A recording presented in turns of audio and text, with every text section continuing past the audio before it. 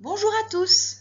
Vous est-il déjà arrivé de ne pas savoir comment écrire la fin de vos mots quand vous entendez le son « et » ?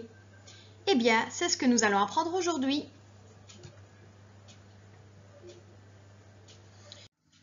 Avant de commencer, c'est bien de savoir que « et » sont des homophones. Des homophones, ce sont des lettres ou groupes de lettres qui servent à noter le même son. On entend 3 fois la même chose. Et. Ce sont des homophones, mais attention, les homophones ne s'écrivent pas de la même manière. Voyons avec un exemple. Nous avons inventé une histoire. Là, j'ai des doutes. Comment vais-je écrire le mot « inventer » ? Eh bien, si je peux le remplacer par un participe passé d'un verbe du 3e groupe, comme cuit, fait ou bien pourquoi pas rôti.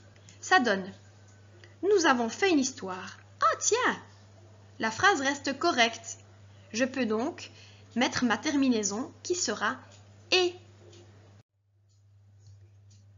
Nous aurons donc « Nous avons inventé et une histoire ». Voyons avec une seconde phrase. Nous aimons inventer des histoires. Aïe, là encore je bloque. Comment vais-je écrire la fin de mon mot « inventer » ? Cette fois, je peux le remplacer par un infinitif, comme par exemple le verbe cuire. Bon, ce serait bizarre de cuire des histoires, mais pourquoi pas dans un récit fantastique ?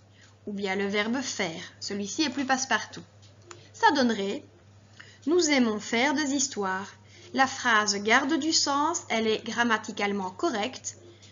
Je vais donc écrire ER.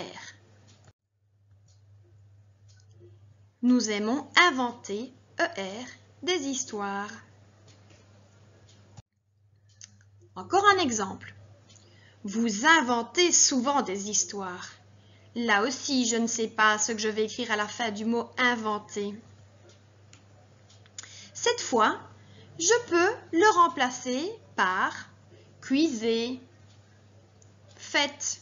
Voyons voir ce que ça donne. Vous faites souvent des histoires. Ma phrase reste correcte.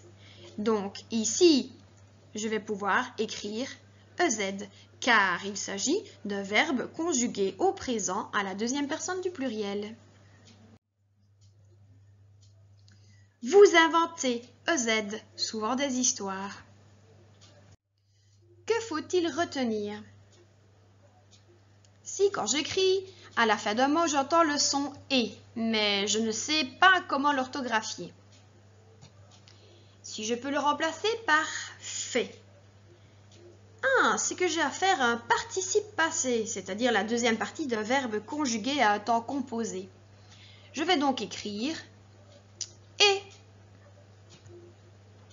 Si je peux remplacer ce mot par « faire », j'ai donc à faire un verbe à l'infinitif. Je vais donc écrire ER à la fin de mon mot. Si je peux remplacer ce mot par le mot « faites », ici il s'agira d'un verbe conjugué au présent, à la 2e personne du pluriel, c'est-à-dire vous. Je vais donc écrire à la fin de mon mot la terminaison bien connue EZ. Maintenant, c'est à toi. N'hésite pas à regarder une seconde fois cette vidéo si tu n'as pas tout compris. Bon travail!